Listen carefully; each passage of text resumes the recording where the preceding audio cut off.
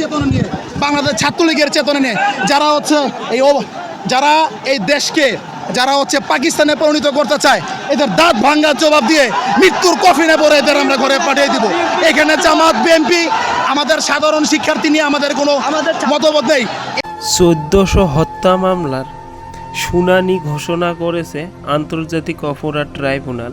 সেখানে বলা হয়েছে শেখ হাসিনা সহ 3 আসামির বিরুদ্ধে জুলাই আগস্ট আন্দোলনের মানবতা বিরোধী অপরাধের এই মামলার পরবর্তী শুনানি। সেদিন আসামিরা আন্তর্জাতিক অপরাধ ট্রাইব্যুনালে হাজির না হলে আইন অনুযায়ী তাদের অনুপস্থিতিতে বিচার কাজ শুরু করা হবে বলে জানিয়েছেন চিফ প্রসিকিউটর তাইজুল ইসলাম।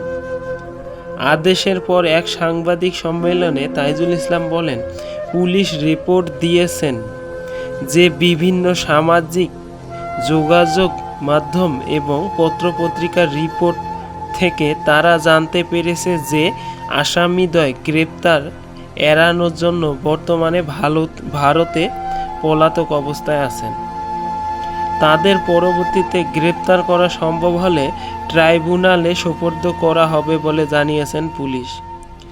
তবে ট্রাইব্যুনালের নির্দেশ অনুযায়ী সংবাদপত্রের বিজ্ঞপ্তির পরও তারা 1 সপ্তাহের মধ্যে হাজির না হলে তাদের অনুপস্থিতিতে বিচার শুরু হবে।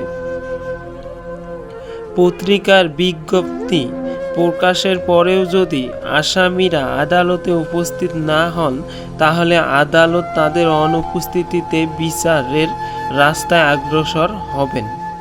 তারা যদি এই সময়ের মধ্যে উপস্থিত না হন তাহলে আদালত আইন অনুযায়ী পরবর্তী কার্যক্রম গ্রহণ করবেন এবং তাদের অনুপস্থিতিতে বিচার কার্য পরিচালিত হবে বলে জানিয়েছেন।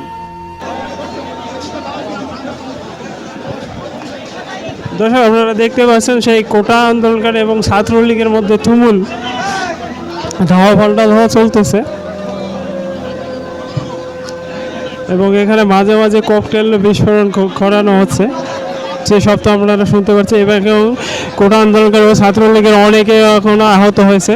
তো দর্শক, আপনারা দেখতে পাচ্ছেন সেই কোটা আন্দোলনকারীরা ছাত্রলীগের দিকে ক্রমান্বয়ে এগুচ্ছে এবং এরাও সামনের দিকে এগুচ্ছে।